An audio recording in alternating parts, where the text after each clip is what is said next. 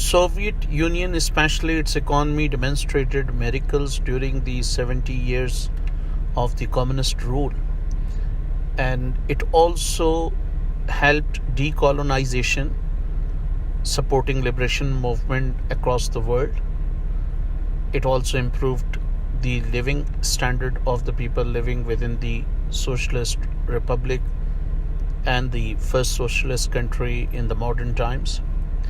Many wonder if the Soviet Union was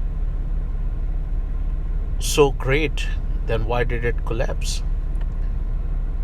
So, in this series, we will talk about the reasons that, according to some critics, led to the debacle of Soviet Union or its demise. Let's have a bit background about the revolution that swept across the largest country on the earth in 1917. Soviet Union was an agrarian country in 1917, and although serfdom had been abolished long ago in parts of Europe or several parts of Western Europe, Central Europe, and Eastern Europe, it remained there in Soviet Union for a very long time, and it was very late for the Soviet Union to free the people who were under serfdom. That happened when Tsar started modernizing Russia.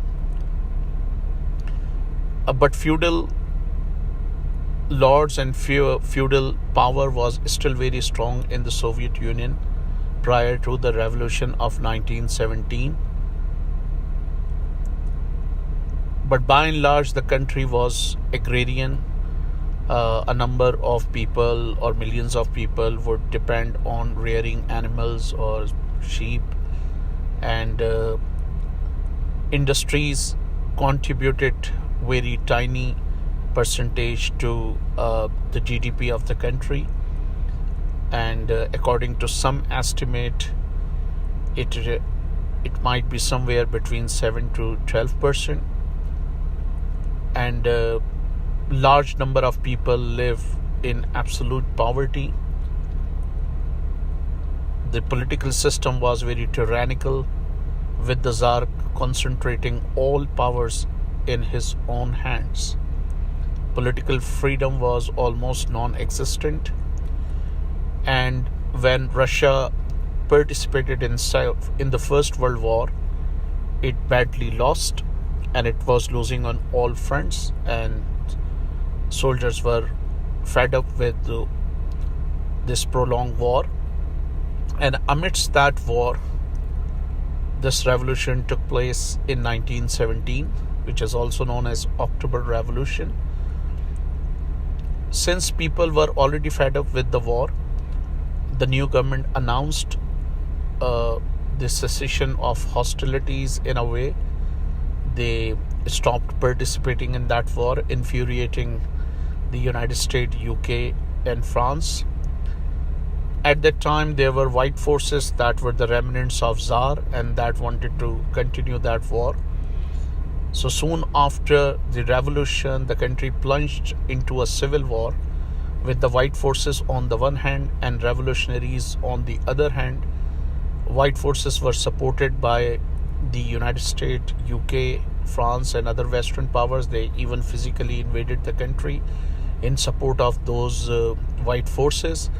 But the revolutionaries somehow defeated them by showing valiant struggle.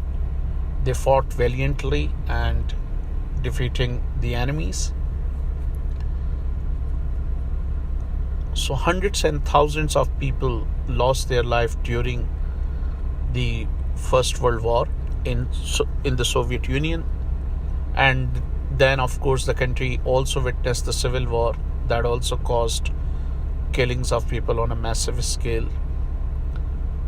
The world did not recognize Soviet Union until 1926. The United States did not do so until 1933.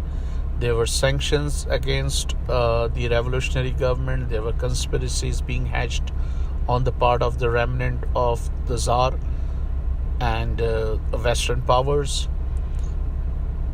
But despite all that, the country somehow started standing on its feet during the decade of 1930s, and when the Great Depression hit the United States and rest of the world, Soviet Union escaped that catastrophic uh, event, and it was intact. Its economy was working well. It was progressing at a reasonable growth rate during the 1930s, and its economic plans, 5-year economic plans, achieved their targets as well. But then Second World War changed everything. During the Second World War, the Soviet Union suffered badly. According to some estimate, around 70 million lost their lives during the Second World War. Out of those 70 million, at least 27 million were from Soviet Union.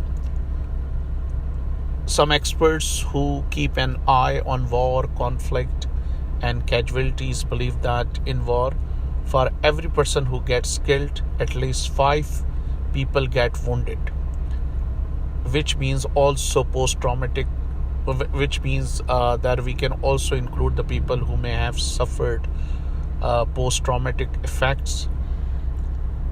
So if we do not say 5, but if we say, let's say 2% on average got affected or got wounded during the war, then it means 27 million people were killed and maybe 500 million wounded. More than 32,000 industries were destroyed. More than 4,000 towns, cities, counties, they were destroyed during the Second World War. The socialist government had to dismantle entire infrastructure, industrial infrastructure, shifting it from western border to eastern border. Despite the fact that the Soviet Union suffered a lot, and Soviet Union turned out to be a graveyard for Hitler after the defeat of Napoleon in Russia. That is the second biggest thing. If you compare these all statistics, for instance, Soviet Union lost 27 million people. United States hardly lost 400 to 500,000 people. Some estimate even suggest 300 or 400,000. The same could be said about UK, whose losses were not very significant as compared to Soviet Union. France suffered, but again, the losses of France were not as great as those of the first communist country in the world. Even Japan did not suffer that much badly, despite facing all the destruction caused by the nuclear detonations and nuclear blast that were carried out by the United States. So Soviet Union, China, and Poland were among the countries that received most of the casualties and most of the fatalities.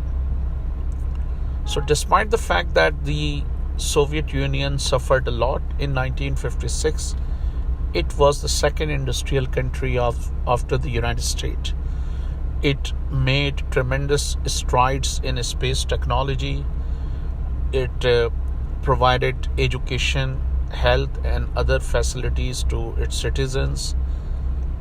Their working hours were reduced. Of course, there was a modicum of political suppression, which cannot be justified on any ground. There were purges during 30s as well, where Stalin was accused of eliminating his political rival on the pretext of ideological betrayal and all that. But what we must understand, that whenever economists or analysts try to compare Soviet Union with the Western world or with the United States, they tend to forget that imagine if the United States had also lost 27 million people during the Second World War, or if UK may have lost maybe as many people as Soviet Union, or in terms of percentage, if it had lost the same number of people, or at least the same percentage of the population, would they have been as developed as the became in, let's say in 50s and 60s, it's easy to say 27 million people. It means that maybe uh, 10 large cities of the United States. It may mean maybe 10 or 12 large cities of the UK at that time. And then losing 32,000, more than 32,000 industrial units within no time. Witnessing destruction of more than 4,000 regions or areas or cities and counties and councils, union councils. So Soviet Union, despite all that destruction, one may come across very few countries in the history of mankind that developed so rapidly. The development that the Western world achieved in 400 years, the same development was achieved by the Soviet Union in 70 years. In 1991, when it collapsed, life expectancy had raised from almost 37 in 1917 to almost 65, 67, in some areas even 75s, depending upon the region. Literacy was almost 100% in all parts of Soviet Union. Health was comparatively better. The calories intake was comparatively better. The situation may not be as fancy as in the Western world. They may not have had different brands of the same products, but the products were reasonable, and one of the indicators, the Human Development Index, in fact suggests that life and living standard was not as poor as it is portrayed.